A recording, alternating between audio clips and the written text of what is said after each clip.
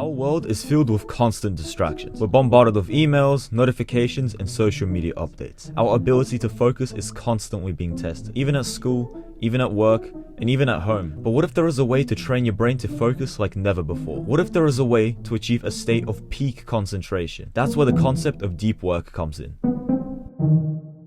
Have you ever wondered how some people are able to accomplish so much more in the same 24 hours that we all have? Well, the secret lies in their ability to tap into a state known as deep work. Deep work is a state of intense concentration where you're able to accomplish a lot more in less amount of time without distractions. Deep work involves concentrating intensely on a task or project, free from distractions such as email notifications, social media updates, or other interruptions. This type of work requires sustained attention and mental effort, and it often leads to more creative and productive outcomes. It allows you to get more done in less time. Even Cal Newport, productivity expert, introduced the concept of deep work in his book, Deep Work: Rules for Focused Success in a Distracted World. But what does science say about deep work? How can we train our brains to enter this state more easily? We have to first ask ourselves, where did the concept of deep work actually come from? While the idea of achieving a state of peak concentration has been around for many decades, the concept deep work itself was popularized by Cal Newport in his 2016 book. Cal Newport claims that deep work is becoming increasingly rare in today's society due to the prevalence of constant distractions, especially social media. He argues that individuals who can master the art of deep work will have a significant advantage in the workplace and in life in general. Newport also claims that deep work is essential to achieving mastery in any field. He points out that top performers in various industries, such as Bill Gates and J.K. Rowling, attribute much of their success to their ability to focus intensely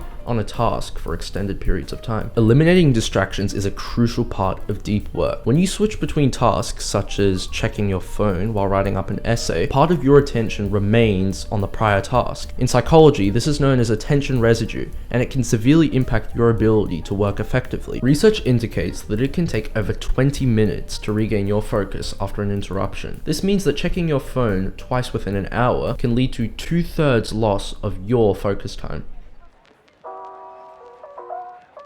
In order to understand the science behind deep work, let's take an example of someone who's correctly performing deep work and compare them to someone who's consistently being distracted by their phone. Here's Johnny, for example. Let's say that he's correctly executing deep work, his phone is out of arm's reach, and he's studying for an English exam for a solid 2 hours. And here's me. My notifications are on, my phone is next to me, and every time I get a text message, I open my phone and decide to take a break. Let's compare our brains and see who is more productive. When Johnny is focused, his prefrontal cortex, the part of the brain that is responsible for planning, problem solving, decision making, and attention, becomes highly active. This part of the brain, the prefrontal cortex, is very engaged during deep work because it plays a critical role in various functions, including planning, general concentration, and memory. My brain, on the other hand, is experiencing something called cognitive overload. This refers to the amount of mental effort required to complete a certain task, which is my assignment in this case. Now, since I'm distracted by my phone, my cognitive load is higher because I'm processing multiple sources of information at once. This includes my phone, text messages, and everything else. All of these distractions overwhelm my brain, thereby reducing my overall concentration and work quality. After understanding the benefits of minimizing distractions and correctly executing deep work,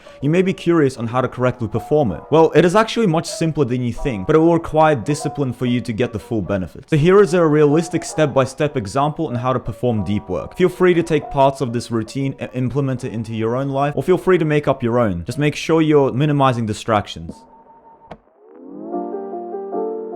To start our day, we're going to wake up at around 8 AM. Now, this could vary depending on when you head to sleep, but the general rule of thumb is to get about 8 hours of sleep. Going to bed on time the night before will help you wake up with more energy and better mental clarity. Now, after we've woken up, we're not going to check our phone or eat anything. This is really important as intermittent fasting, coupled with deep work, has been proven to lead to increased productivity. And also, if you ignore your phone, you're going to be much more present in the moment and not experiencing cognitive overload. If you need to clear your mind, you should also consider meditating before your session or taking a quick break outside. This will help you get in the mindset. Now that we're up, ready, and in the mindset, we can find a good location to study for a 90-minute session. It's extremely important to set a designated time frame for your session because it allows your brain to allocate that time frame for a specific desired task. You can also set yourself a goal, such as write 2,000 words within the time frame. This will subconsciously push you to get it done in time. So there are many ways to perform deep work and many strategies you can implement, but make sure you find the strategy that works for you.